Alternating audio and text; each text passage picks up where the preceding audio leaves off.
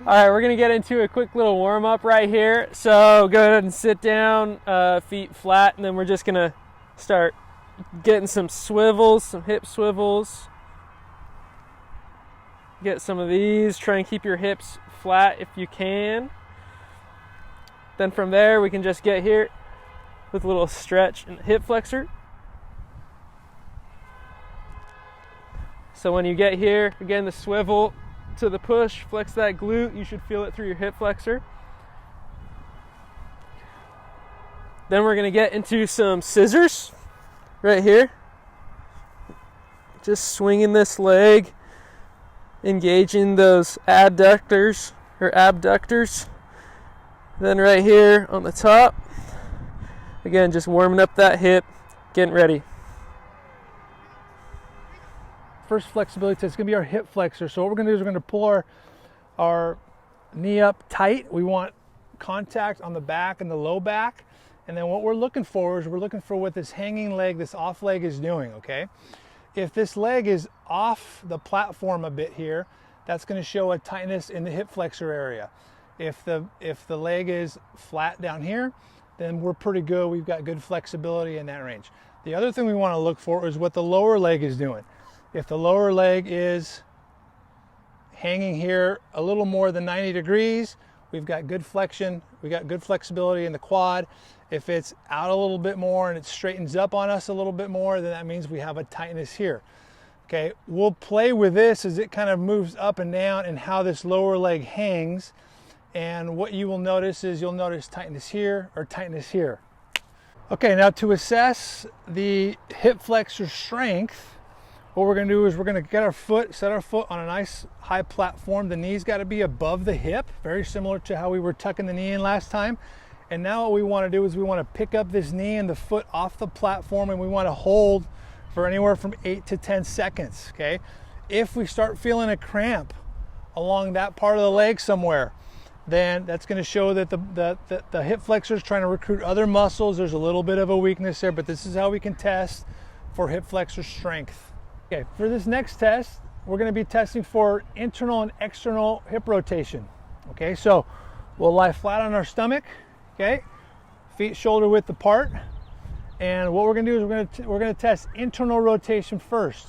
Okay, so internal rotation means the femur here is going to be rotating internally. We're going to bring this foot out in this direction. We want the hips to stay level, okay. We want to be at about a 45-degree angle, so this is pretty good for Ange right here.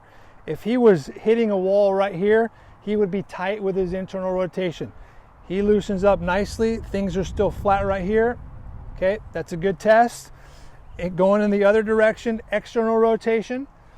Same thing, we're looking for 45 degrees off of this axis right here. Okay, that's pretty good right there. If he was stopping right here, he would be tight with his external rotation. And again, we want to make sure that we're testing both sides, because oftentimes one side will be tighter or looser than the other. All right, so now we're going to test and assess for your strength for internal or external rotation. So Ange, go ahead and put your left leg out. So we're going to go 90 degrees with that leg that's out. And we're going to test for internal rotation first. Most guys can do this. Okay, we're going to hold the foot off the ground about 5, 6, 7 seconds. Again, we're making sure that the pelvis is still flat. Okay, pretty good, right? And look at the height that's off the ground. That's pretty good. Look at that. That's outstanding right there. If it's barely getting up, okay, there might be a little bit of weakness, or if you start cramping, that's another sign for some weakness. Let's go to external rotation. Okay, so now we're going to get the knee off the ground. This is a much tougher one. Again, the height is an indicator. And then can we hold it for 5, 6, or 7 seconds without cramping? When we cramp, we're recruiting more muscles. This is another test for internal or external rotation. For this next test, we're going to do some ankle mobility. So we have a ruler right here. You can use your hand if you want, but we're going to take just a relaxed hand, and it should be about 5 inches, okay? That's where you want to put your toes. And then the goal is to take this knee with the heel flat on the floor and touch it to the wall or the box, whatever you're using. 5 inches is what the standard is, okay? If you can't go at 5 inches, You want to go to 4 inches. I can go to about 6.5 right here and touch it all the way to the box. Okay, so ankle mobility is super important for injury prevention and just for staying healthy and being able to do what you need to do. As we're going through this whole series of mobility, the purpose ultimately is just to make sure that you're able to get your hips, widen up a little bit, your hips in a good stance to get nice and low. Another great way to do this is just, again, putting it into practical application, push out on those knees from there.